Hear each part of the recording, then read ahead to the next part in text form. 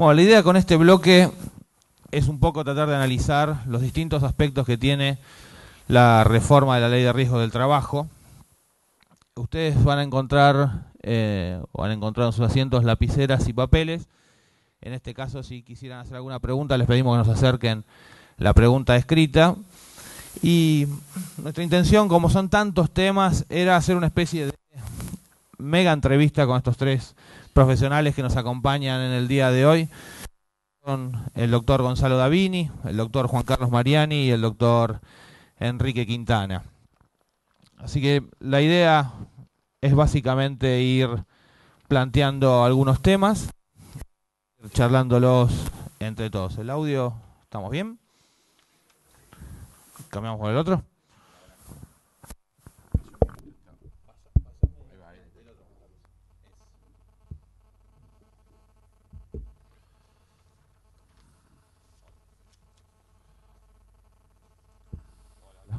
Hola. Ahí va, perfecto. Hasta tengo voz de locutor con este. Bueno, a ver, yo arranqué arbitrariamente por el artículo 2. Como no nos iba a alcanzar, comencé por el artículo 2. Pero, ¿seguro podemos arrancar por el 1? Me salté algo importante. Tal vez el 1 es... ¿La se escucha? Sí. Tal vez el 1 es el declamatorio, digamos, de las finalidades y objetivos de la ley. O sea, ahí se habla de suficiencia, ¿no, Enrique? ¿Qué otra? Automaticidad. A ver, vamos a hacer... Juan Carlos. Suficiencia, accesibilidad y automaticidad. ¿Están todos activados los micrófonos? Sí. Gonzalo, si querés. Así. Juan Carlos, acércate si querés un poquito más el micrófono. Hola. Sí, ahora sí.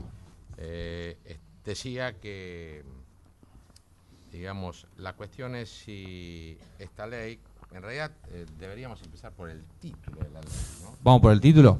Y claro, porque, permítame que lo lea textualmente: régimen de ordenamiento de la reparación de los daños derivados de los accidentes de trabajo y enfermedades profesionales. El problema es si es un régimen. Esto parece ser un pedazo del régimen. Entonces, la cuestión es si realmente la ley en su enunciado, ¿va bien? Si la ley en su enunciado o en su título, no sé si las leyes tienen que tener título. Hay muchas opiniones que dicen que las leyes no tienen que tener título, porque si no empezamos a discutir si lo que la ley enunció es lo que finalmente la ley dice, pero en este caso está el título, y entonces, en mi opinión, tal vez, si bien tiene algunos aspectos que seguramente vamos a considerar, y que creo que el doctor Isolía, bueno, los que estamos en el Foro del Trabajo conocemos realmente su calidad y su importancia doctrinaria, incluso no solamente como juez, sino como jurista. Dijo muchísimas cosas que seguramente acá se van a repetir o reiterar o podremos desgranar.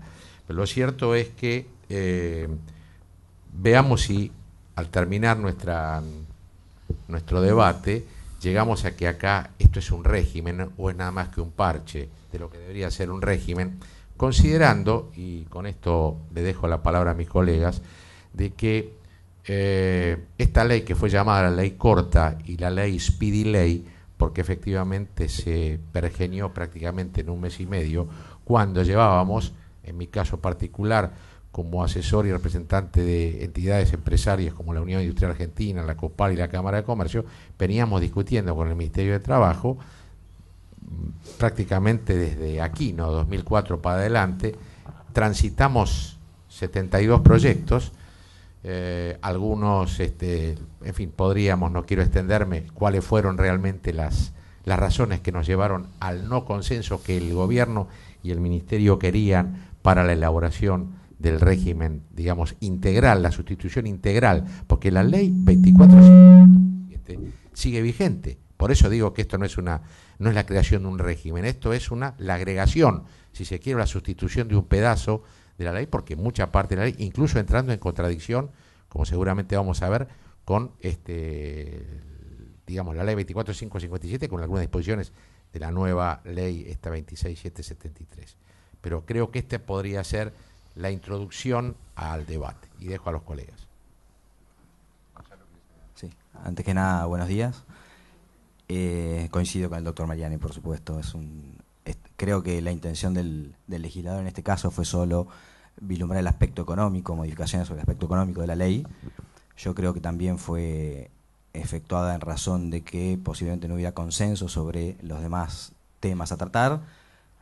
El tema de la prevención, por ejemplo, que fue tan importante en lo que era el proyecto que se venía tratando desde el 2004, básicamente era unificar las leyes de prevención de higiene y seguridad con la ley de riesgo de trabajo, incluso derogando la ley de higiene y seguridad y su decreto reglamentario. Pero yo creo que todo esto, ante la inmediatez y la necesidad que tenía de salir una reforma puntual, fue dejado de lado.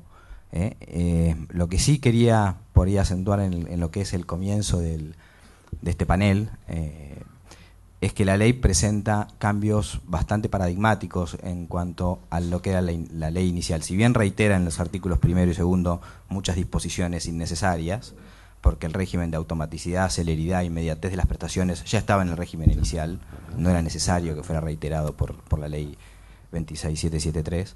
Lo que sí yo creo que cambia es el aspecto en que mira el legislador a la ley de riesgo de trabajo. Ya el legislador de la 26773 está como dejando de lado el tema de prestaciones. Le cuesta hablar de prestaciones de la ley y habla de regímenes indemnizatorios o reparatorios, ya tiñendo un poco el régimen de una reparación integral civilista, de alguna manera. Eso es bastante acentuado en lo que es el artículo 2 y el artículo 3 de la ley de riesgo de trabajo, de la ley 26773. Eso sí, yo creo que es un cambio que en mi punto de vista está siguiendo alguna normativa especial de la Corte Suprema. Yo creo que en este aspecto puntual está siguiendo lo que dice el fallo Luca de Oz en la segunda parte de la Corte, en la que ya está hablando de que las prestaciones tienen que tener algún sesgo de reparación del daño producido efectivamente y no ceñirse exclusivamente digamos a lo que son las prestaciones, pero obviamente esto, como también dijo el doctor Grisoli antes, las prestaciones de la ley son prestaciones muy importantes, como para que, digamos, vamos a discutir esta cuestión. Eso va así un poco de introductorio a lo que yo veo de lo que fue lo que está detrás del espíritu de la reforma. Enrique. Gracias por la invitación. Lo primero que a mí me gustaría decir es que uno de los graves errores que tenía la ley 24.557, que se mantiene en la actualidad con este sistema, es no definir la naturaleza jurídica del instituto. Y al no definir la naturaleza jurídica de los institutos, los abogados empezamos a tener algunos problemas. Hemos entendido que la ley 24.557 importa un subsistema de seguridad social. Algunos lo denominan un seguro social. Esto significa que ya no estamos en aquellos esquemas legislativos que establecían claramente la responsabilidad del empleador y que esa responsabilidad del empleador podía ser sustituida por un seguro de responsabilidad civil contratado al efecto. Primer tema importante, porque en el mundo hay 3 modelos de legislar accidente de trabajo. Bajo el esquema de la responsabilidad civil del empleador, bajo el esquema de seguros sociales públicos a cargo de aseguradores oficiales públicos estatales y sistemas de seguridad social con mutuas sin fines de lucro. En Argentina hemos armado un diseño jurídico diferente. Juan Carlitos hablaba de los parches. Si yo pienso que este sistema es una cámara de un neumático, mi pregunta es cuántos parches más puede resistir el sistema antes de desinflarse o explotar. Y digo esto porque a los objetivos plausibles de la ley 24.557, el artículo 1 le agrega los siguientes objetivos, que comparto los objetivos: suficiencia, accesibilidad y automaticidad de las prestaciones dinerarias y en especie.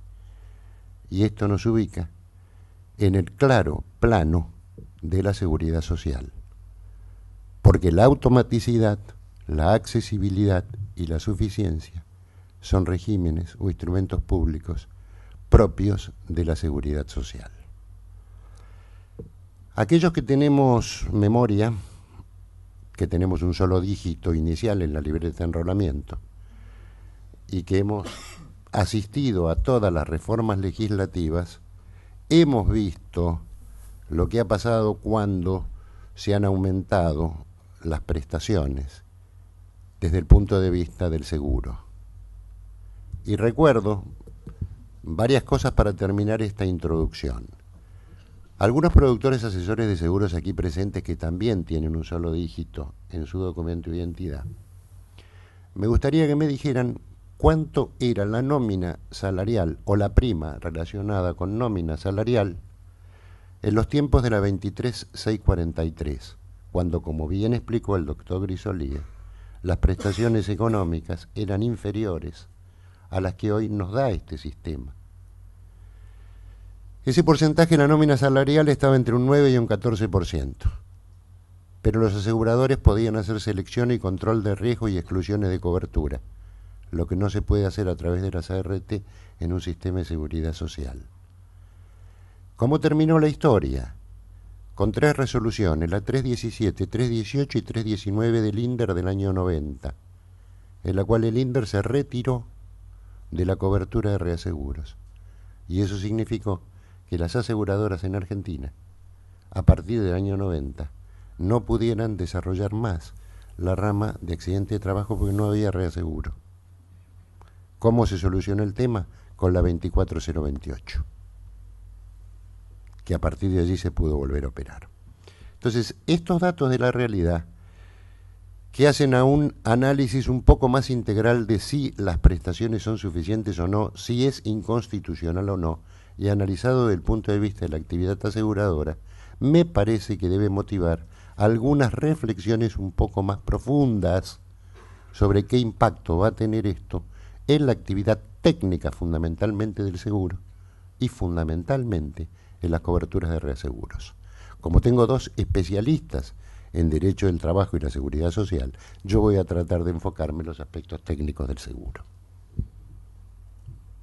Muchas gracias, Enrique. Y entonces sí, ya pasemos a las filminas. Y la primera que presentamos tiene que ver con las prestaciones y la forma de pago de estas prestaciones. Por ejemplo, acá una de las grandes cosas que se cambia, y tomando un poco la jurisprudencia de la Corte Suprema de Justicia, es que el principio general de indemnización sea de pago único. Y a mí, con este cambio, se me venía a la cabeza un poco algo que mencionabas vos, Enrique, que tiene que ver con esta especie de subsistema de seguridad social. Entonces, con una prestación única, de pago único, ¿se puede mantener un sistema de seguridad social, o el sistema que teníamos algo de pago en rentas atendía un poco más desde el punto de vista de seguridad social? Y también analicemos un poco estos cambios, ¿no? Bueno, yo diría esto, ¿no? Bien lo dijo el doctor Grisolía. El problema de Argentina es fundamentalmente un problema de inflación. No pasa por otro lado que no sea la inflación. Y las cuestiones políticas, económicas y sociales de un país. Cuando se dicta la 24557 estábamos en plena época de convertibilidad. Ustedes no me van a ver defender nunca la ley 24557, pero esta es una realidad. Más allá de la insuficiencia en los topes que tenía la ley, en aquella época un seguro de renta vitalicia que garantizara un interés técnico del 4% anual era fantástico para cualquier trabajador. Porque si uno hace las secuencias históricas del mundo en cuanto a tasas de rentabilidad deflacionadas en 30 años, Suiza y Estados Unidos tienen una tasa de interés positivo del 0.5%. Si yo garantizo una rentabilidad técnica del 4% anual, estoy siendo demasiado generoso. Y es bueno para la gente. El problema es que no se modificó ese esquema y hoy estamos en 25% de inflación. Cualquier renta vitalicia con una tasa de interés del 4% frente a un 25% de inflación anual es una burla. Pero quiero terminar con esto. Se le ha pegado en el fallo Milón, en el Suárez Gimbarti, en varios más de la Corte, al sistema de renta vitalicia. Pero ha quedado un agujero sin solucionar. el problema de la gente afectada entre un 50 y un 66% de incapacidad. Después del 66% de incapacidad, la gente tiene posibilidad de jubilarse. Cuando tenés una incapacidad del 50%, te echaron a la calle. El sistema de rentas vitalicias, previsto en el artículo 14 de la ley y por falta de utilización del peine fino no eliminado en la ley 26773, permitía a esas personas, por los aportes al sistema de seguridad social, tener la posibilidad de acceder al derecho a la jubilación, porque podían justificar años con aportes, y tener derecho para sí y para toda su familia a continuar manteniendo la obra social. Hoy, al sacarte eso y para ese segmento 50-66% y no reponértelo de alguna manera, cobraste la indemnización única, quedaste en la calle, no te podés jubilar y perdiste la obra social para vos y para tu familia. Esa es la manera de legislar progresiva en Argentina. Carlos. Bueno, quisiera hacer además, antes de hacer mi comentario sobre este problema del pago único, de la eliminación del sistema de renta, que seguramente ustedes van a ir vislumbrando que en esta mesa tenemos casi una división entre juristas, caso Enrique, y abogados del día a día, que seguramente Gonzalo y yo estamos más. ¿Por qué voy a decir esto? Porque yo no estoy tan de acuerdo. O sea, me voy a remitir a lo que dice gramaticalmente o textualmente la ley respecto de este tema, que dice: el principio general indemnizatorio es de pago único, sujeto a los ajustes previstos en este régimen.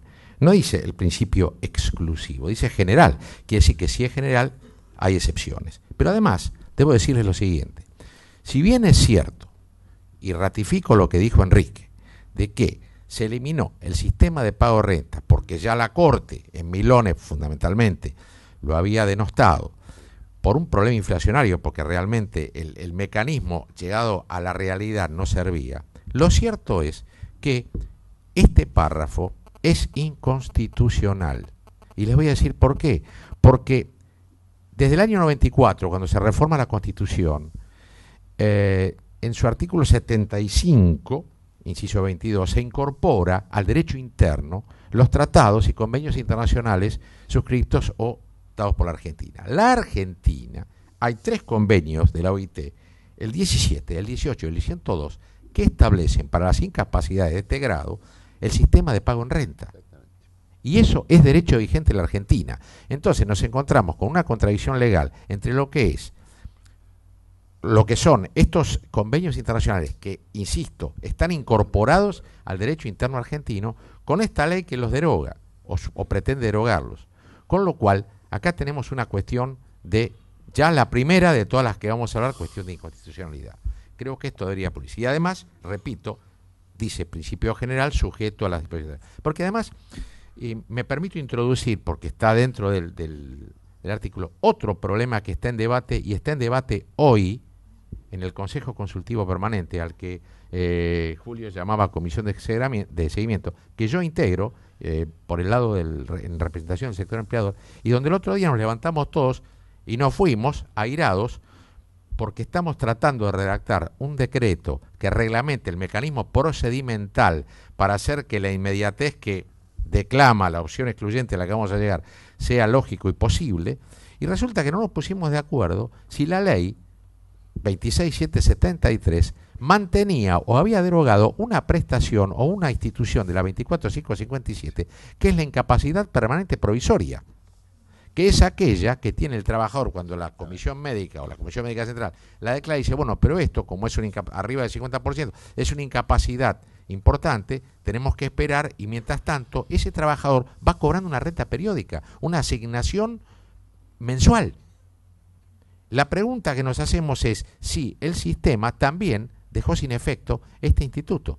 Y repito, no hubo consenso en la comisión, y bueno, ahora cada uno se fue a pensar cuál es la mejor alternativa. Si la alternativa, llamémosle legal constitucional, de mantener esta cuestión de las periodicidades, insisto, por los compromisos constitucionales de la Argentina, o la realidad de la inflación y la practicidad que llevó a que la Corte declarara en realidad inconstitucional se declarara a su vez inconstitucional, porque la Corte, al abrogar el sistema de renta, declaró la inconstitucionalidad con un acto inconstitucional, que fue desconocer claro, un tratado internacional. No me quiero alargar demasiado, pero este es el punto de la polémica. Podemos hablar durante horas y horas, ¿no? Porque vamos a ir por... No, sí. No sé esto, espero que terminemos esta noche, les aviso. Gonzalo. Hola. Sí. Yo solamente quería hacer algunos comentarios. Coincido con el tema del convenio 17 de la OIT. Yo creo que la mejor solución legislativa en este caso particular para las rentas hubiera sido otorgarle al trabajador o a sus derechohabientes la opción de poder elegir qué hacer con su dinero. Eso es mucho más constitucional que imponerle alguna forma determinada de pago. Y hubiera sido, por supuesto, en concordancia con lo que es el artículo 77 de la Constitución Nacional. Pero más allá de eso, yo creo que la nueva ley también, haciéndome eco de lo que veníamos discutiendo, tiene ciertas falencias en su redacción, algunas más groseras que otras, y acá yo en este artículo ya veo por lo menos una, que es cuando que habla del principio general indemnizatorio de pago único, y se olvida de derogar los artículos 14 y 15, porque lo único que deroga es el artículo 19, y el artículo 19 hace referencia solamente a las rentas por incapacidades parciales entre 50 y 66% de incapacidad, y omite las rentas por incapacidad total y las rentas derivadas del fallecimiento del trabajador, que siguen vigentes de acuerdo al artículo 14 y 15. Esto lo repito, es una falencia de la ley y es también anecdótica, porque en definitiva las RT lo que están haciendo básicamente es que cuando viene un reclamo por pago único, pagan en un pago único. Existe una nota de la Superintendencia de Riesgo de Trabajo que las habilita a pagar en un pago único, así que de hecho lo están haciendo. No existe ningún tampoco perjuicio económico ni financiero para la RT siempre paga en un pago único. Lo hará al trabajador, a los derechohabientes o a la compañía de seguros de retiro, pero el dinero sale en un solo pago siempre, por lo tanto no hay tampoco perjuicio económico, así que en realidad es una falla de la ley que se soluciona en los hechos. Otra cuestión que quería yo referirme sobre esto es el tema del cómputo del derecho a la reparación dineraria, que se establece más allá del momento que se determina la procedencia desde que acaeció el evento dañoso. Y esto tiene que ver precisamente con el tema de cuándo se pagaba la incapacidad definitiva, que podía llegar a tardar entre un año luego de la ILT o 4 años después de la provisionalidad, de que era el otro tema a discutir. Lo que creo que la ley intentó hacer con este artículo es que los intereses corrían a partir del evento dañoso, o con otra gran omisión. Se salteó el periodo de ILT que sigue vigente, que puede llegar a ser hasta un año, quiere decir que está cobrando intereses el trabajador pese a que recibe su sueldo durante un año, y si lo retrotraemos al evento dañoso, no es el nacimiento del derecho de trabajador. El derecho de trabajador nace a la prestación dineraria por incapacidad definitiva con el alta médica o con el cese de la ILT en cualquiera de sus procedimientos. Por lo tanto, la ley está nuevamente en contra de lo que era la ley 24.557 en este aspecto. Y respecto a la provisionalidad, para no hacerlo más largo todavía, yo tengo una posición adoptada al respecto. Para mí la provisionalidad está derogada por la nueva ley, por el simple hecho de que la provisionalidad está creada por el artículo 9 de la Ley de Riesgo de Trabajo, y el artículo 9 crea la provisionalidad respecto a aquellas incapacidades que generen pagos en renta. Al no existir pagos en renta, no hay más provisionalidad. Eso es una interpretación del artículo 9, por lo cual yo creo que no tendría tampoco más razón de ser el periodo de provisionalidad. Pero bueno, es una opinión, obviamente existen otras. Bueno, gracias.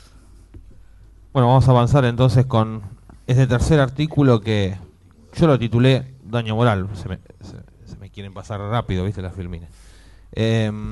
Donde se incorpora una indemnización adicional del 20% en concepto de aquellos ítems que no prevea la Ley de Riesgo del Trabajo. ¿Qué opinión les merece este tipo de artículo? Dale, vamos a hacerlo de izquierda a derecha. Me parece que es una forma para decirle a la gente, te estamos dando algo y no vayas a la vía del Código Civil. Me parece bien no pagar por accidentes en itinere. La pregunta del $1.000.000 es si los accidentes en itinere deben continuar estando dentro de ese sistema o no. Y este es un tema no menor. El doctor Grisolía hizo toda una especie de fórmulas y cálculos de cuánto puede dar una indemnización de una persona de 40 años con 5.000 pesos. Si una persona tuviera 25 años de edad y ganara un salario de 20.000 pesos, las indemnizaciones por muerte pueden superar los 3 millones de pesos utilizando este sistema. Al no tener los topes de 180.000 pesos, ¿qué va a pasar con las primas de los seguros de automotores? ¿Quién va a ser un caballero diligente que se le ocurra llevar de su trabajo a la casa a las 3 gerentas que son monísimas y que ganan 25.000 pesos?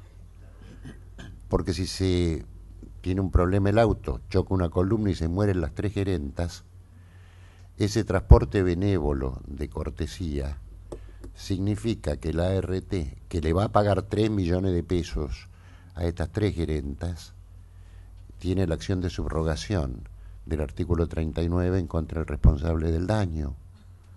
Y ese buen caballero diligente y bueno puede estar comprometiendo su patrimonio porque las 3 gerentes se murieron. Entonces digo, me parece que algunos puntos habría que analizarlos en el contexto de la realidad. Y creo que todos coincidimos que la arquitectura legislativa o jurídica que se utilizó para la 26773 tiene muchísimas deficiencias. La primera de ellas, por ejemplo, es haber derogado el 39, pero en ningún lado se dice que el empleador es responsable de los accidentes que cause.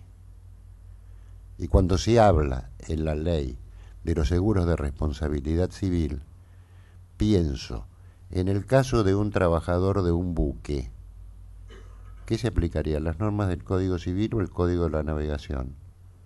Porque en el Código de la Navegación las responsabilidades por muerte son limitadas. Entonces me parece que falta el peine fino y que verdaderos juristas hubieran hecho esta ley. Perdón si el peine fino no lo aplico yo, pero es por una cuestión lógica. Sí, vos, Juan Carlos. Bueno, antes que nada, con respecto a las 3 gerentas monas, creo que está el tema de la lesión estética dentro de la reparación integral, así que le vamos a tener que agregar, por lo cual la belleza de la gerente va a tener mucho que ver en la discusión jurídica del asunto. Pero déjenme que les cuente brevemente esta cuestión de la... Bueno, ahora vamos al 20%, pero este artículo también tiene algo importante, que es la famosa cuestión de que esta prestación adicional no estaría incluida en el caso de accidentes in itinere. Otra vez volvemos a la fraseología legal y aparecen, como decía yo, de este lado los abogados, que empezamos a mirar y decimos, a ver, ¿qué quiere decir cuando el dependiente, mientras se encuentre a disposición del empleador? Yo tengo, no sé, una lista innombrable de colegas, que es lo que nosotros llamamos parte actora. Ustedes saben que los laboralistas, ¿no?, siempre parte actora o parte demandada, ¿no? Parte actora, que ya están diciendo estar a disposición del empleador. Esto no excluye, porque ITINE dice cuando se produjera en el trayecto, aún estando a disposición del empleador, porque el trabajador, si sale a trabajar, es como que va hacia su lugar de trabajo y por lo tanto, entre comillas, está a disposición del empleador. O pongámoslos al revés. Pensemos en un torneo de fútbol de la empresa tal, el día domingo, donde no hay, no está trabajando, pero bueno, y la cancha está dentro de del predio de la fábrica, y la empresa organiza un torneo de fútbol. Entonces, ahí tampoco está a disposición del empleador. Por lo tanto, ese accidente no es in itinere, pero también podría discutirse si está incluido o no. Con lo cual, la situación, digamos, de hasta dónde la disposición del empleador tiene que ver en el itinerario o no, me parece que está, digamos, bastante dudosa, y que por lo tanto ya hay, por supuesto, corrientes de opinión jurídicas y corrillos que dicen no, aquel itinerario va a estar incluido, y vamos, no solo la inconstitucionalidad por un tema de igualdad ante la ley, ¿no es cierto?, que podríamos discutir que no es en realidad igualdad ante la ley porque son situaciones distintas, el accidente en la fábrica que el accidente en el trayecto, por 1000 razones, pero bueno, acá tenemos un punto. Y además, otra cosa que les cuento. Creo que acá la ley Speedy, digamos, desaprovechó una cuestión que veníamos discutiendo desde hace rato en esta comisión técnica, digamos, que se había formado, de hecho, entre los tres sectores, gremial, empresarios y gobierno, para discutir el proyecto integral, y donde decíamos, efectivamente, uno de los puntos de disenso, de los 4 que hubo y que dieron lugar a que esto terminara como terminó, era el accidente en itinere sí, el accidente en itinere no, del punto de vista de la cobertura de quién lo cubría, si era realmente una responsabilidad que podía trasladarse al empleador y consecuentemente al RT, o era un tema de la seguridad social que pertenecía a toda la comunidad. Y esto cobró mayor importancia o mayor nivel de discusión cuando el itinere clásico de Enrique, del accidente contra la columna, empezó a pasar a ser otro. Las muertes por asalto, de la guerra esta de pobres contra pobres, donde el trabajador que llegaba a la villa, a su casa, a la villa cercana, bueno, para sacarle el celular, o esto, pum, tiro y basta. Esto era itinerario cuando salía. Entonces, esto empezó a tener otra dimensión y otra fundamentación. Lo que se consensuó, y así venía el proyecto final hacia el mes de junio, nosotros llamamos el proyecto Tomada, que ya tenía las cosas más o menos armadas, era que digamos, la indemnización, digamos, correspondiente a accidentes sin itinere, se creaba un fondo especial que iba a financiar el 50%. Era una especie de solución intermedia entre lo que pretendía el sector empresario, o sea, de que esto se traslada a la seguridad social, y lo que el ANSES decía, muchachos, necesitamos la plata para los buitres y entonces no podemos darla a los sin itinere. Esto fue lo que pasó. Y esto quedó así para mí, para discutir, para litigar si el itinere está o no está adentro de esta prestación adicional. Y pongo el último tema vinculado a la prestación adicional, 20%. Yo les diría lo siguiente. En primer lugar, si está mal llamado daño moral. Efectivamente, es una reparación que cubre todos los daños, digamos, que no sean, porque fíjense, el artículo segundo de la ley, primer párrafo que no se puso en la filmina, dice cuáles son las incapacidades que viene a reparar este nuevo ordenamiento o esta nueva reestructuración, que las son derivadas de la incapacidad laborativa para trabajar, no la incapacidad integral. Entonces, la ley empieza delimitando, no, miren, todo lo que tenga que ver con la capacidad laboral del trabajador pura, llamémosla así, esta viene con toda la tarifa y todo el sistema. Y luego tenemos cualquier otro daño adicional, que sería la reparación integral, pone el 20%. En mi opinión, el 20% obedece a la tradición.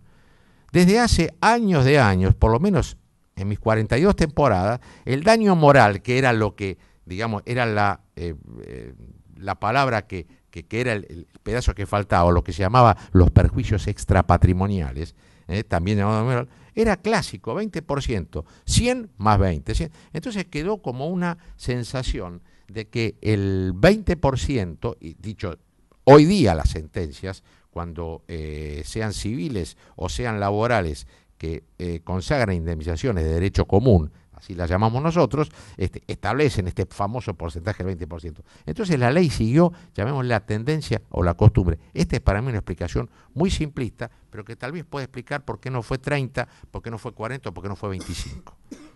Gracias. Gonzalo, ¿algo para comentar o pasamos, si querés, al próximo? Siempre, me parece que me queda poco siempre. Te queda poco, y si no, vamos pidiendo la pizza ya para la cena. No, está bien, igual tengo solo nah. Si no, si querés, pasamos directamente a la opción excluyente. Dos comentarios mínimos. Obviamente ya fue tratado más que suficientemente por mis colegas. Los dos comentarios tienen que ver con, uno, si la razón de la incorporación de este artículo tuvo que ver con seducir a los trabajadores para que se queden en el régimen de prestaciones. Este adicional del 20% no debió haber sido incorporado al pago que la RT debe hacer en un eventual juicio civil por las prestaciones. Y esto yo creo que fue una omisión del legislador. Como vamos a ver en un artículo posterior, la RT, en un caso de juicio civil, queda a la expectativa de lo que sucede en el caso, y si el trabajador gana su juicio civil, la RT tiene que salir a pagar el valor de las prestaciones. y no discrimina si es con o sin ese 20%. Si hubiera querido ser la intención del legislador, digamos, seducir para que el trabajador se quedara en el sistema, debió haber excluido este 20% de ese aporte de la RT en el juicio civil. Eso como primera aclaración. Y la otra aclaración es sobre qué se aplica este 20%. No lo dice el artículo, no discrimina el artículo. Cuando no discrimina pareciera ser que se aplica sobre todo. Quiere decir que se aplica sobre la tarifa, me refiero a la fórmula matemática contenida en los artículos, y también sobre los pisos o los pagos únicos eventualmente. Sin embargo, de la redacción del artículo podría llegar a inferirse que este 20% no se aplica porque le repito, está muy mal redactado la ley, más allá de que podamos coincidir o no con la bonanza de la ley, pero cuando el artículo habla de no reparado por las fórmulas allí previstas, evidentemente puede estar queriendo decir que es solo sobre las fórmulas, no sobre los pagos únicos o sobre los pisos de la ley, si uno hace una interpretación gramatical del artículo, que yo creo que no va a ser así.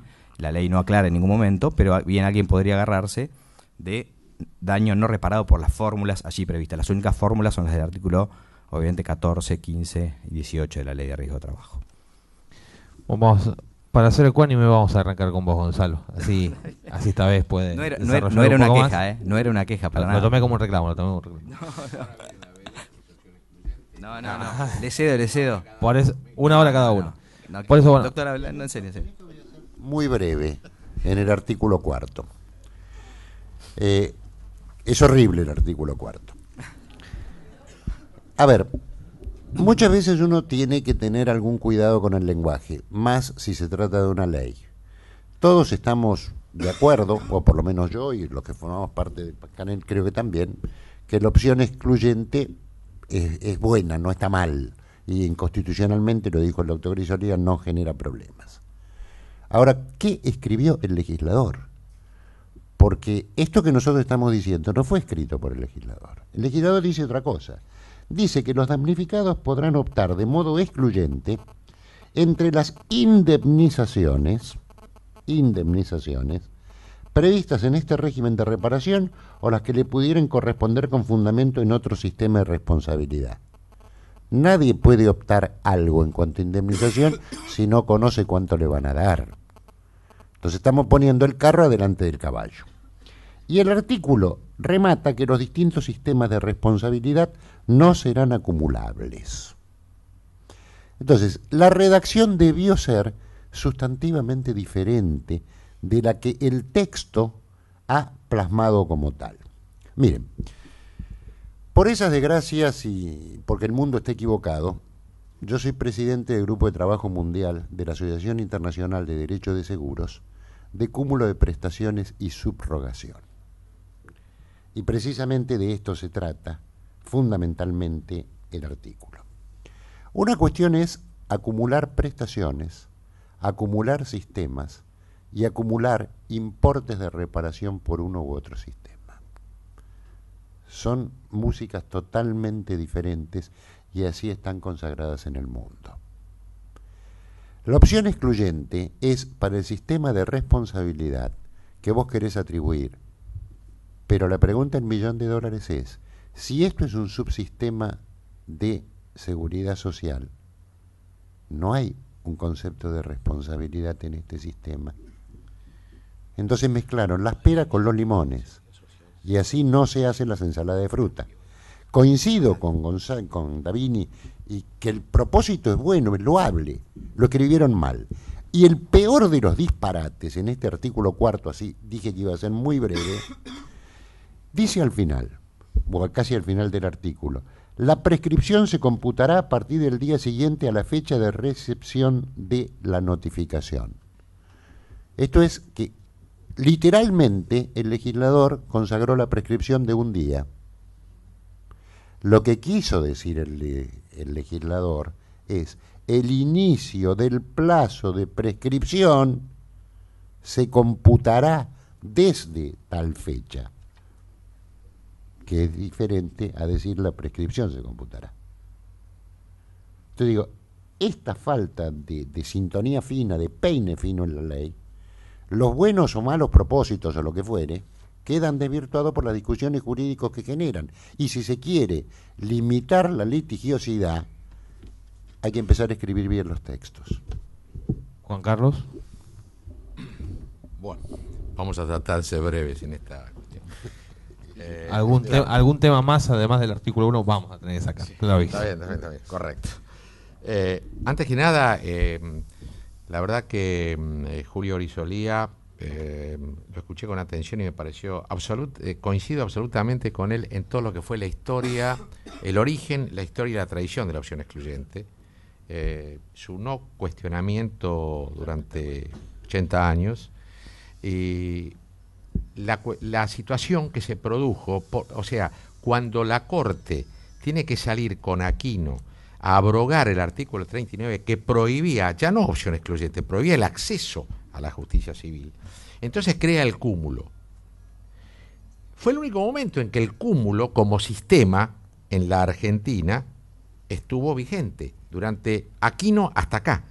Pero fue por la necesidad, porque había que salir, digamos, afuera. Si se drogaba judicialmente el artículo 39, no había otra posibilidad que acumular entonces esa acción que la Corte habilitaba a la anterior. Y esto se llamó el cúmulo absoluto. O sea, yo podía arrancar con la ley civil, podía arrancar con la sistémica, ir al revés. Entonces se armó un desorden terrible a partir del propio desorden que la ley había concitado al generar esta prohibición. El proyecto ese fue otro de los temas de disenso de la discusión, el proyecto, era si no era posible hacer algo que hace el mundo. Si no era posible hacer lo que hace el mundo. Yo no sé, en mis trenzadas con Enrique, que las venimos llevando ya desde el 26 de octubre a las 10 de la noche, y prácticamente todos los días hasta acá, una vez le dije, Enrique, ¿vos sabías cuántos países del mundo tienen opción excluyente? Y aclaro que yo estoy, en el contexto actual, estoy a favor de jurídicamente hablando. Yo también, aclaro, pero ¿saben cuántos países tienen opción excluyente en el mundo? Nos sobran los dedos de una mano. 2. La Argentina y Finlandia. Son los dos únicos países que tienen opción excluyente. Y Finlandia lo tiene en desuetudo, así lo llamamos nosotros, cuando está la ley, pero la costumbre, digamos, no la usa. ¿Qué quiero decir con esto? Que si hubiéramos pensado en un sistema de cúmulo ordenado, en el sentido de que el trabajador primero va por el sistema que le da la propia ley específica, ¿no es cierto?, de riesgos del trabajo. Y luego, digamos, percibida o cobrada su inversión, considera que tiene perjuicios adicionales, los famosos, estas cuestiones, digamos, extrapatrimoniales, por llamarlos así, daño al proyecto de vida, lesión estética y otras cuestiones, bueno, entonces podría ir. Esto es lo que se llamaba cúmulo ordenado. Frente al desorden que produjo el beneficio, por supuesto, fundamental, pero consecuente desorden que produjo Aquino y todo lo que vino después, entonces apareció esta reticencia y se volvió al sistema de estudio excluyente que, insisto, no es inconstitucional porque la Corte nunca ha sido claro. Y les digo más, tengo una pequeña disidencia, lamento que Julio no esté acá presente y ya con él después lo hablaré. Él se refirió a Josko como diciendo que Josko había declarado la inconstitucionalidad de la opción. No, Josko no se metió en eso. No hubo, a diferencia de Aquino, por ejemplo, y todos los demás, que crearon lo que se llama doctrina constitucional. Por ejemplo, reparación integral. Lo que Aquino dijo fue, no interesa el cómo, lo que interesa es el qué. Si el trabajador, si es necesario acumular acciones o optar excluyentemente o lo que fuere para que reciba, ¿cuál es el objetivo? La indemnización integral, perfecto. Una cosa es el qué y otra cosa es el cómo. Y Josko, que fue un fallo que precisamente permitió la acumulación, lo hizo porque no había alternativa, porque no había un sistema legal, salvo el 39 formalmente vigente y abrogado por la Corte, que no diera otra, digamos, otra posibilidad. Hay una sola, y con esto termino, aunque se podría hablar muchísimo más de todo esto, con esto termino y le dejo a Gonzalo el lugar. Una sola cuestión que podría darnos lugar a que, y ya los muchachos están preparando la ofensiva, que es el famoso principio de la progresividad, que ya está también declarado en Aquino, declarado para otra cosa, para el tema de lo que es la la indemnización integral. Pero en este caso, ¿qué es el principio de progresividad? Que tiene ya jerarquía constitucional, que cuando hay una mejora o una situación no se puede volver atrás desde el punto de vista legislativo. Una suerte de veda para retroceder o cambiar hacia un sentido, llamémosle, lateral. Entonces, podría sostenerse que si en algún momento, por H o por B, por Pato o Gallareta, tuvimos que tener cúmulo absoluto, y esto fue desde el 2004, septiembre de 2004, a hoy, fallo Aquino a hoy, o sea, en 100 años o en 90 años tuvimos nada más que 8 de cúmulo absoluto, parecería que si aplicamos el principio de progresividad, yo no comparto esta cuestión, pero lo quiero dejar, digamos, a la mesa de discusión, parecería que podría pensarse que entonces la opción excluyente hoy, más allá de su funcionamiento adecuado, estaría atacando el principio de progresividad y por esa claraboya podría decirse que es inconstitucional. Termino diciendo esto, cúmulo hay en esta 26773, cúmulo inverso, ahora es al revés, porque declarada la sentencia civil, la RT tiene que poner al revés, ¿no? Hay cúmulo, hay, es inverso pero hay. Gracias. Gonzalo. Bueno, en referencia a este tema hay varias consideraciones, pero bueno, en mérito a la brevedad voy a hacer solo algunas. Respecto del principio de progresividad, ya que estamos, que Juan Carlos nos introdujo en el tema, yo creo que el principio de progresividad no actuaría del todo en este caso. ¿Por qué? Porque no tiene que verse la progresividad solo sobre una cuestión puntual, sino sobre el instituto en general. ¿Y por qué digo esto? Porque la ley de riesgo de trabajo, respecto al trabajador, da un montón de beneficios. Ustedes lo vieron con el doctor Grisolía, la cantidad y la calidad de las prestaciones han mejorado sustancialmente, y eso hace el principio de progresividad. Evidentemente, eso por un lado, sino que se tiene que ver la norma en conjunto y no un instituto particular para saber si es aplicable o no el principio de progresividad. La otra cuestión es que también el cúmulo existió, como bien decimos, a partir del 2004, septiembre del 2004, con el fallo Aquino, pero el cúmulo existió jurisprudencialmente.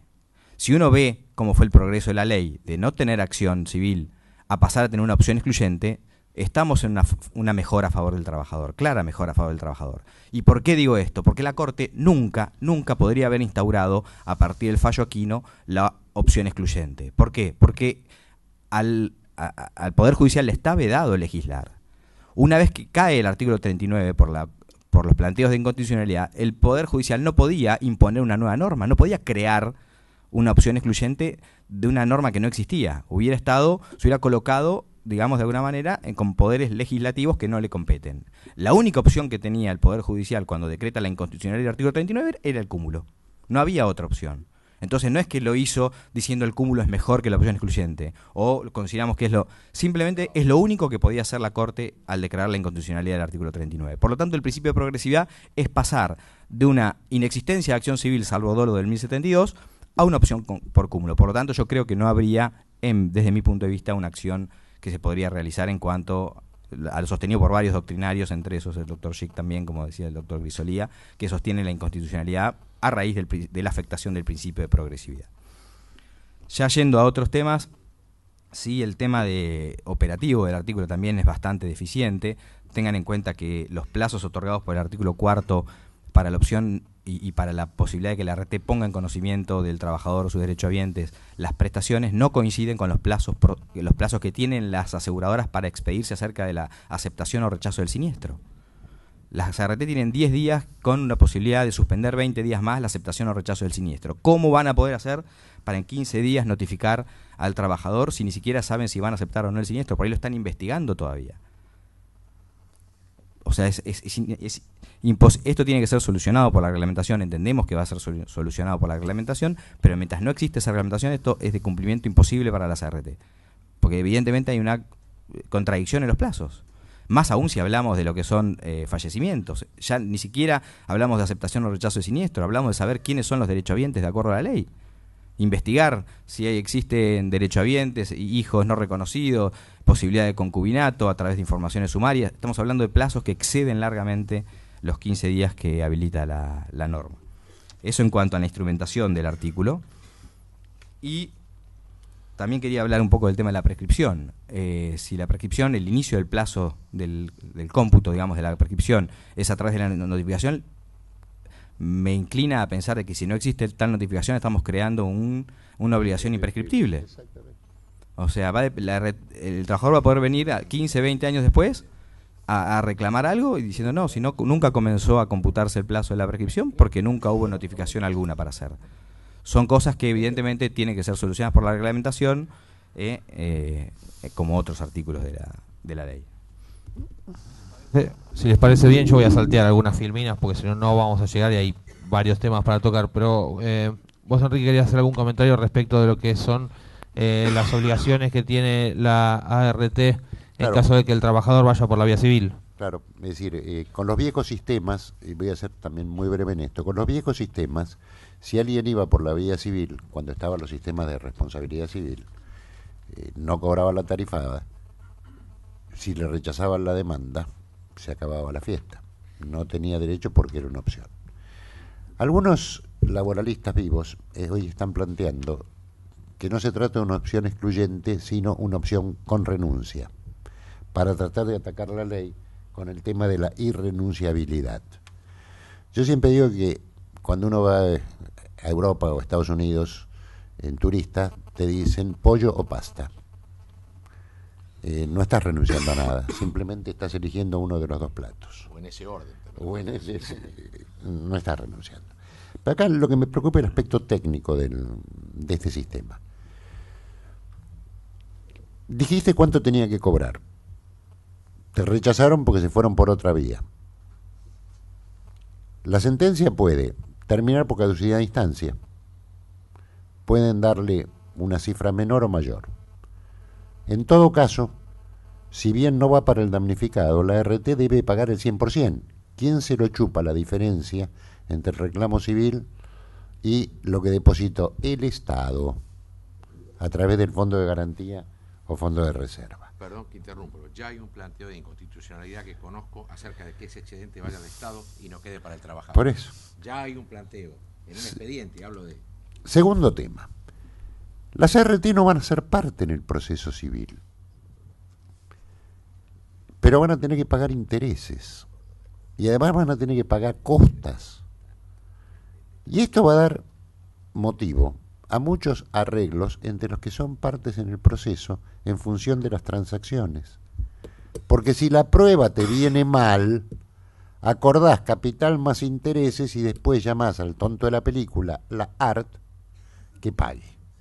Esto significa que se puede en derecho hablar del pago de intereses cuando hay mora. ¿Cuál es la mora de la RT cuando no le quisieron cobrar lo que ella ofreció? Ninguna. Estamos vulnerando todo el Código Civil. Estamos agregando costas respecto de quien no es parte en el proceso. Cuando yo hoy decía, veamos chicos si el sistema aguanta, es porque la resolución 37.163, dictada el 22 de octubre del 2012, régimen de inversiones, dicen que las ART deben invertir un mínimo del 5% de total en las inversiones, excluido inmuebles, y hasta un máximo del 20% en instrumentos que financien proyectos productivos o de infraestructura que van a ser elegidos, entre otros, por el licenciado Moreno y Kicillof.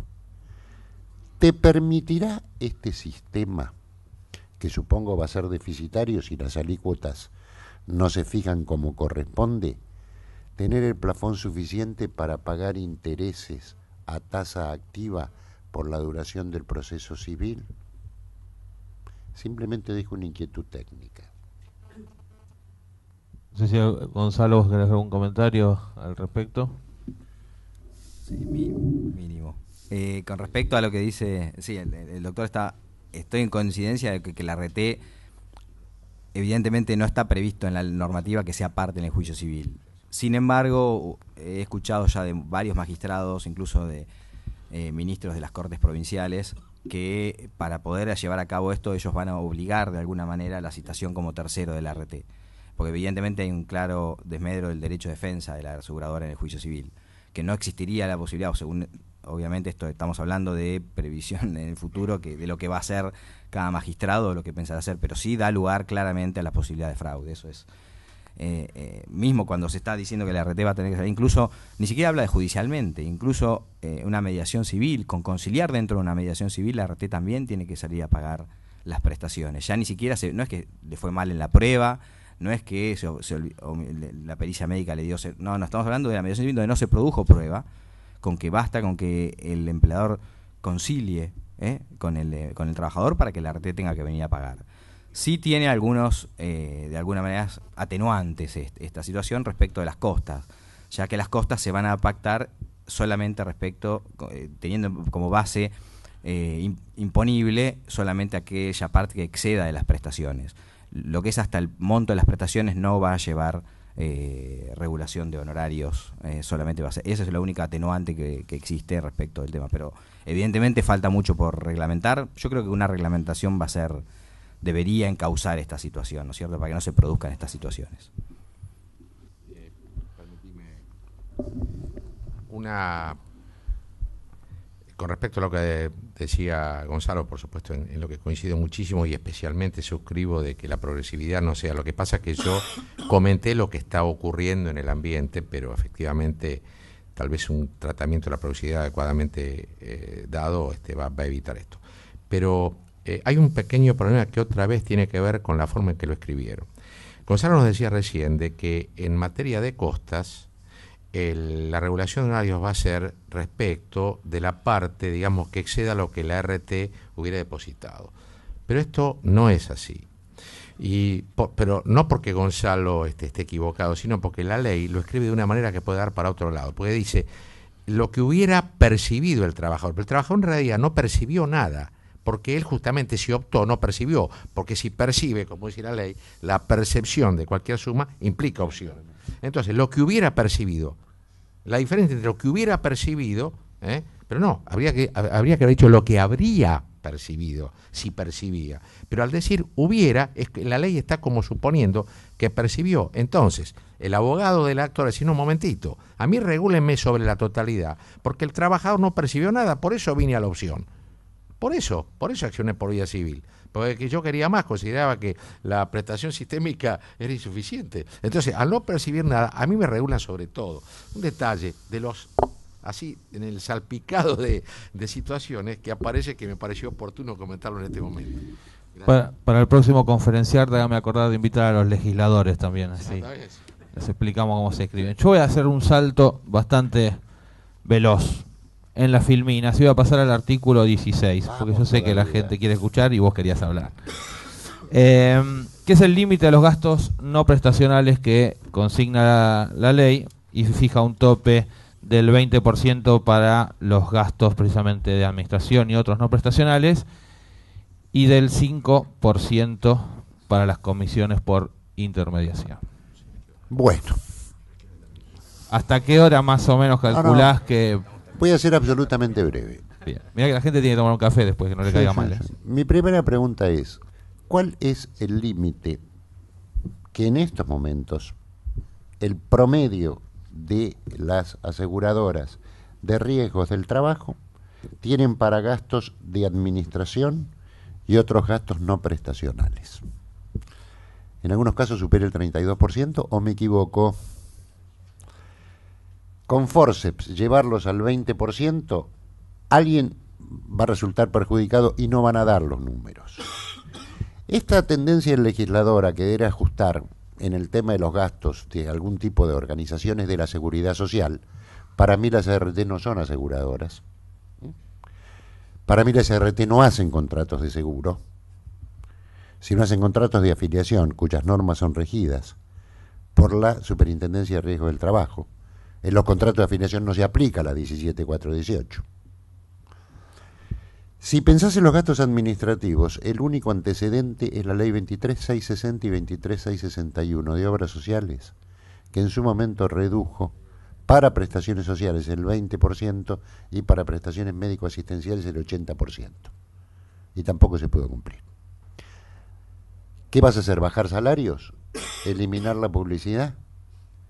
¿Cómo vas a computar? Ya no te dejan tener inmuebles.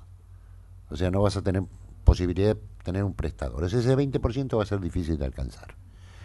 Si una ley dice proteger los derechos de los trabajadores y reduce las comisiones de los productores de seguros al 5%, está perjudicando los derechos de los trabajadores.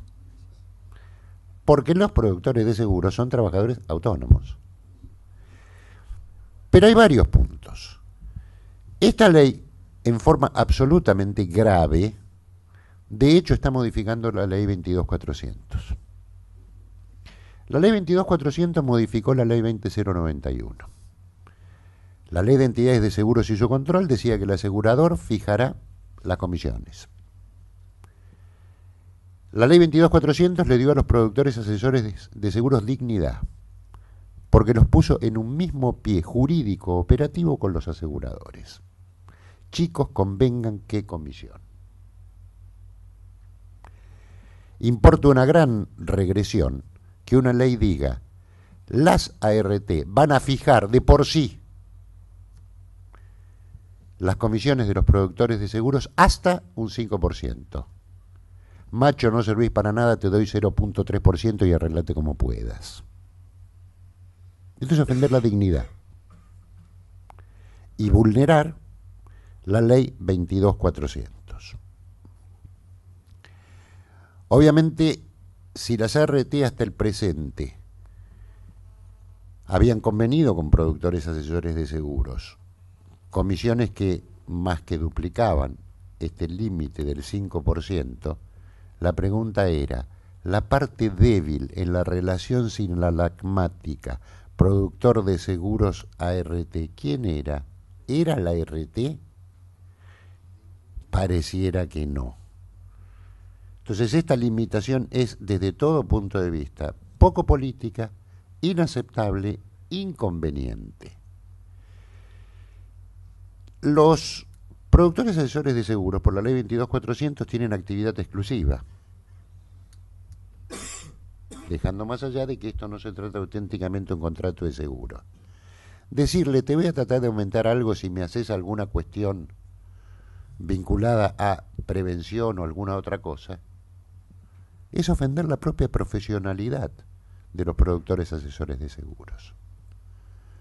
Mi pregunta es, ¿era necesario que la ley dijera esto? ¿O esto va a provocar enemistades difíciles de superar?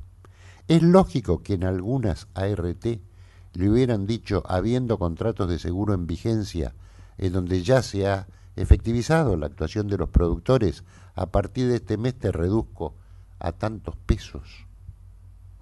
Es bueno lo que están haciendo las ART, con que a partir de mañana te aumento las alícuotas, te aumento la cuota de las alícuotas a los empleadores. ¿Ustedes vieron en el boletín oficial publicado que la superintendencia hubiera aprobado algún régimen de alícuotas? No, no está. ¿Qué dicen las normas de la superintendencia de riesgos del trabajo en los contratos de afiliación para los ajustes de cuotas? Lo hago porque se me canta. Y otro problema no menor, y con esto termino, es que en esta ley, en el artículo 10, se dice que la determinación de la base imponible se efectuará sobre el monto total de las remuneraciones y conceptos no remuneratorios que declarará mensualmente el empleador. Y esto me plantea temas económicos severos. Según la ley de riesgo de trabajo no modificada, se utiliza el concepto de remuneración del sistema integrado de jubilaciones y pensiones, es decir, aquellos que tiene aportes previsionales, es decir, aquello que tiene tope.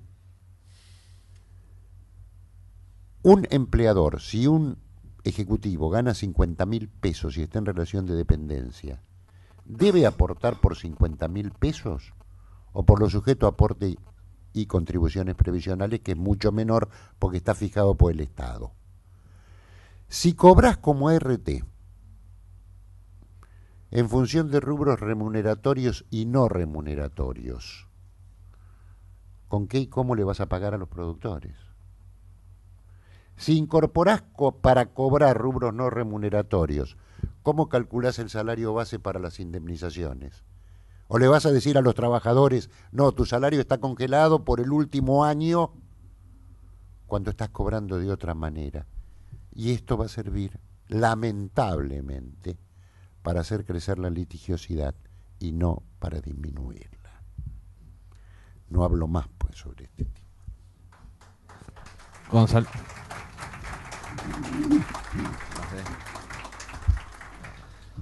Bueno, coincido en algunas cosas con Enrique, en otras no tanto. Bien. No creo que reciba los mismos aplausos, me parece, por lo menos. Ya les adelanto. Coincido que era innecesario. Coincido que si había algo que funcionaba en la ley, mire que la ley ha sido atacada de inconstitucional en infinidad de artículos. La ley, no hablo solo de ley, hablo de decretos reglamentarios, hablo de resoluciones. Creo que hizo agua durante muchos años en algunos aspectos. No era este uno de esos aspectos. Era absolutamente innecesario que la ley tocara este tema porque estaba funcionando bien. No había ningún problema. En donde no había ningún problema, era inútil hacer esto. No, sinceramente, en eso coincido absolutamente con vos, Enrique. En cuanto a la aplicación inmediata, y ahí vamos a disentir un poco, de la norma, me parece que, más allá de lo que dice la norma, y como fue también motivo con el decreto 1278 lo habilitaba expresamente a la inmediata modificación del régimen de alícuotas. El 1694 ya no lo hizo, pero no quiere decir que no se hizo en el mercado. En el mercado se hizo también, y no hubo ningún problema.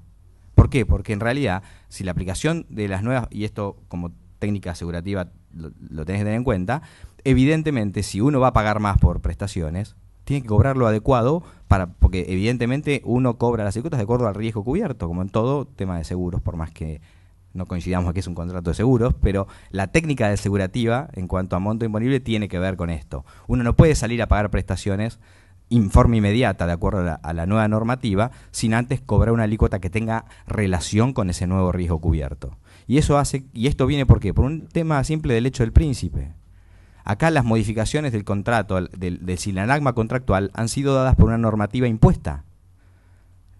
Las ART tienen que salir, les guste o no les guste, a pagar las prestaciones que dice la ley que tienen que pagar en forma inmediata. Es más, tan es así que la ley entró en vigencia para la mayoría de sus artículos en 3 de noviembre. Sin embargo, para las prestaciones no. La ley no quiso esperar ni 8 días. Le dijo, entran el 26 de octubre las prestaciones nuevas. O sea que la ART tuvo que salir a modificar las alícuotas en forma inmediata para poder responder a estos nuevos riesgos. Eso es, desde mi punto de vista, un tema del hecho del príncipe, y no se necesitaba de alguna manera una reglamentación que así lo permitiera, porque estaba claro que corresponde, por supuesto, desde mi punto de vista. Eso corre por mi cuenta. Y respecto del tema del ingreso base, de lo que estamos hablando, es verdad lo que decís. No todo se paga con el ingreso base. La ILT y la provisionalidad hasta ahora se venían pagando con no solo de la base imponible, digamos, de las... Exactamente. Y en ese aspecto yo creo que hay una interpretación de la norma en que la RT está ahora, digamos, autorizada a cobrar sobre todos los aspectos, sobre la base imponible, no solamente los aspectos remunerativos, también va a generar que las RT vayan a pagar sin los topes del IBM, sin los topes de los aportes y contribuciones del sistema. Yo creo que las RT van a salir a pagar sin considerar esos topes de ninguna manera. Eso es una interpretación y creo que en esto va a haber coincidencia entre las RT. Van a salir a pagar sin los topes, en lo que tiene que ver con incapacidades permanentes definitivas o muertes. Esto es una creación. Tenemos unos últimos 5... No, está bien, no, yo diría, estoy Sí. en el medio. Acá y mitad para acá. No Tenemos unos últimos 5 minutitos y si les parece bien me gustaría repartirlo, como sé cómo hacemos para repartir 5 entre 3, pero... 4 para Enrique. Que empiece Cuatro con- para- cuatro para para Enrique. que empiece Gonzalo y cosa de, bueno, de en definitiva darnos sus conclusiones respecto de esta reforma. Gonzalo, ¿querés? Si lo dejamos a Enrique al final. Está bien. está bien. Ustedes pudieron observar durante todo este tiempo un poco el análisis bastante minucioso que hicimos sobre la redacción de la ley. La redacción de la ley básicamente es indefendible.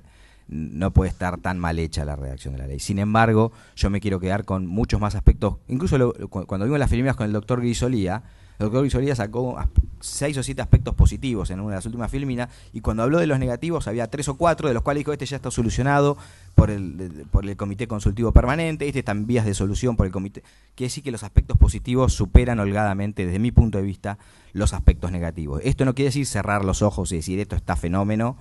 Yo creo que hay como en toda normativa, hubo obviamente intereses detrás de todas estas modificaciones. Yo creo que todas las partes interesadas tuvieron algo que lo favoreció.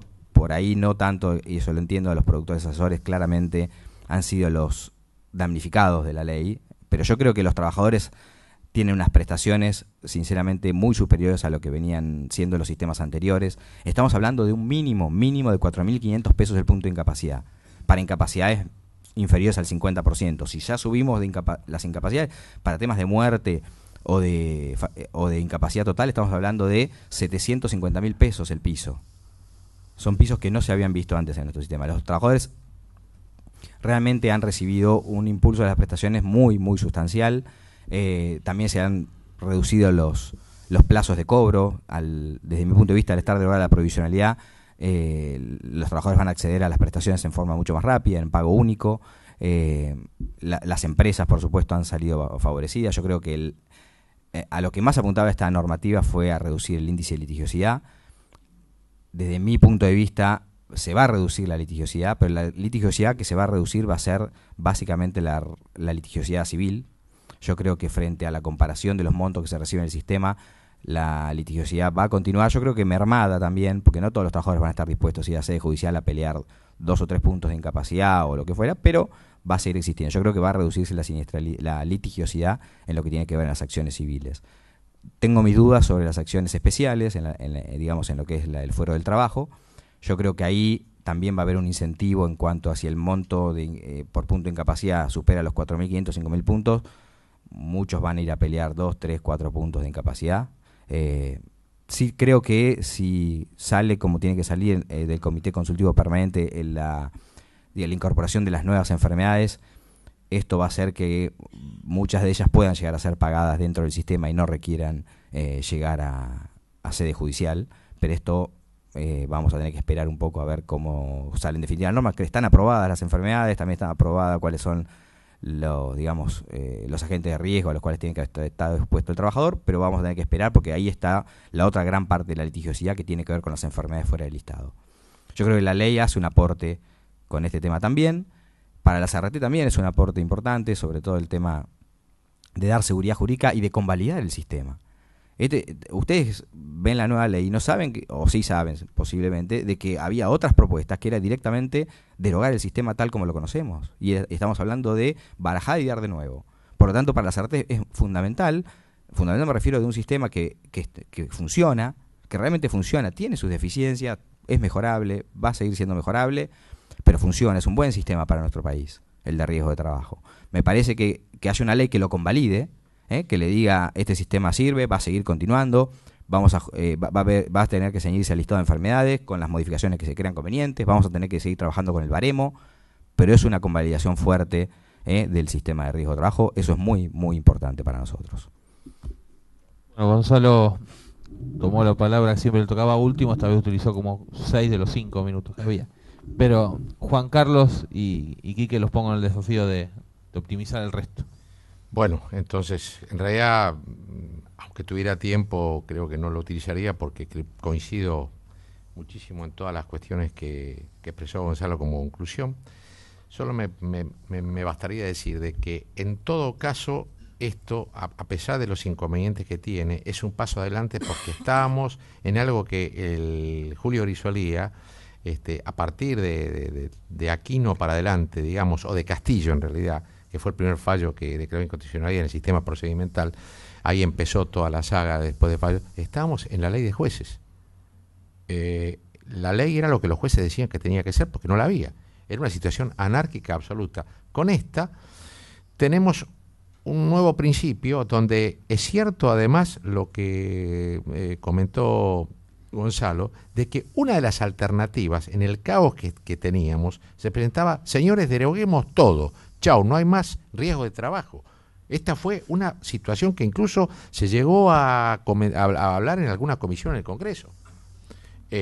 Con lo cual, fíjese hasta dónde hubiéramos llegado a partir de la anarquía que teníamos. Con lo cual, si con esto tenemos un barajar y un dar de nuevo y, digamos, aprendemos y seguimos trabajando, en el comité consultivo hay buena intención, creo que hay buena predisposición. Efectivamente, hay que incorporar enfermedades de manera tal de ponerlas dentro del, digamos, del sistema y que no sean extrasistémicas y por lo tanto fuera del sistema. Creo que esto es un principio.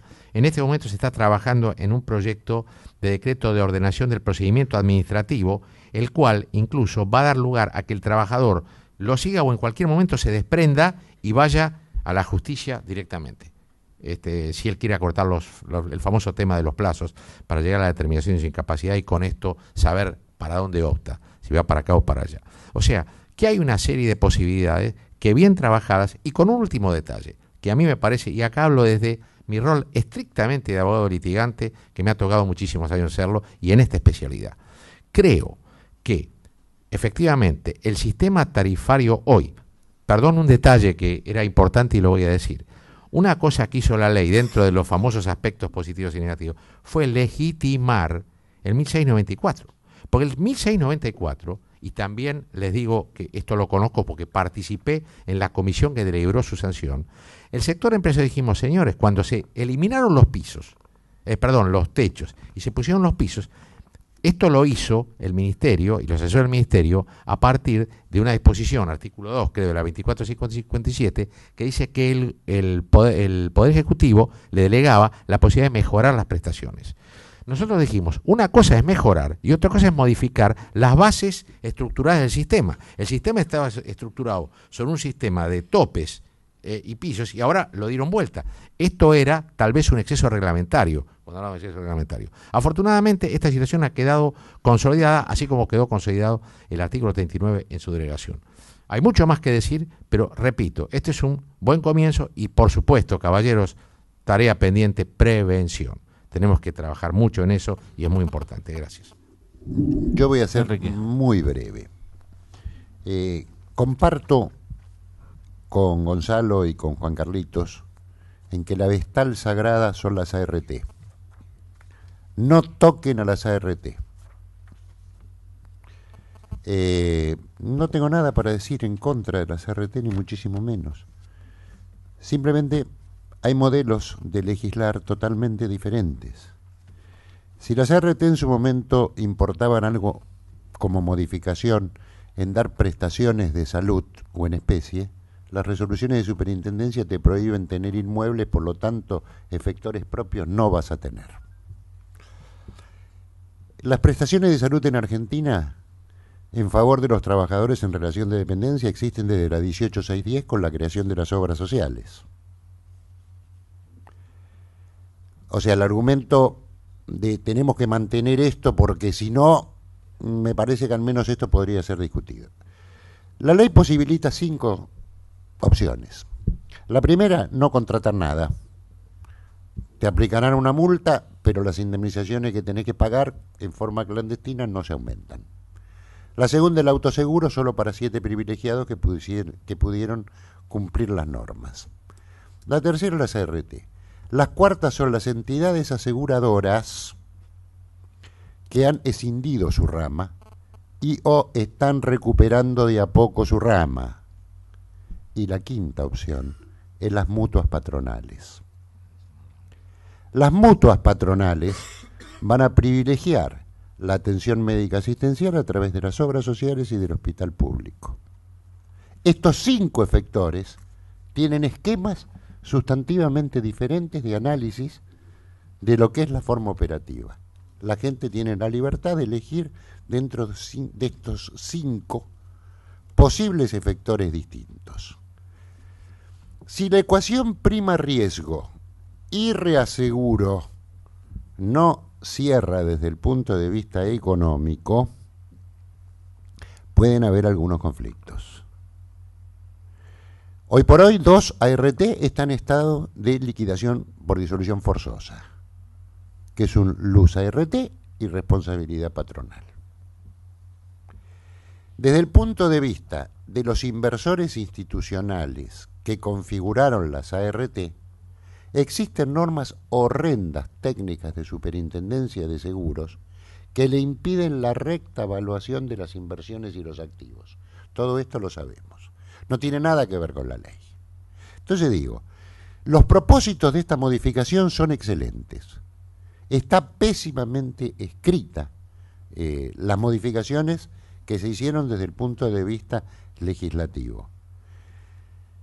Las ecuaciones, insisto, prima, riesgo y reaseguro son fundamentales. En función de la nómina salarial, ¿cuál sería la cota técnica para que el sistema pudiera transitar sin ningún inconveniente? Y esto el tiempo lo dirá. Porque además, los empleadores, por sí las moscas, van a tener que contratar un seguro de responsabilidad civil. Entonces, me parece que si nos ponemos Gonzalo, Juan Carlitos, Grisolía, y yo puedo aportar 2 o 3 ideas, nada más que eso, en hacer una ley bien hecha, creo que podemos superar en mucho a lo que han hecho los legisladores y la reglamentación que hagan los funcionarios. Muchas gracias.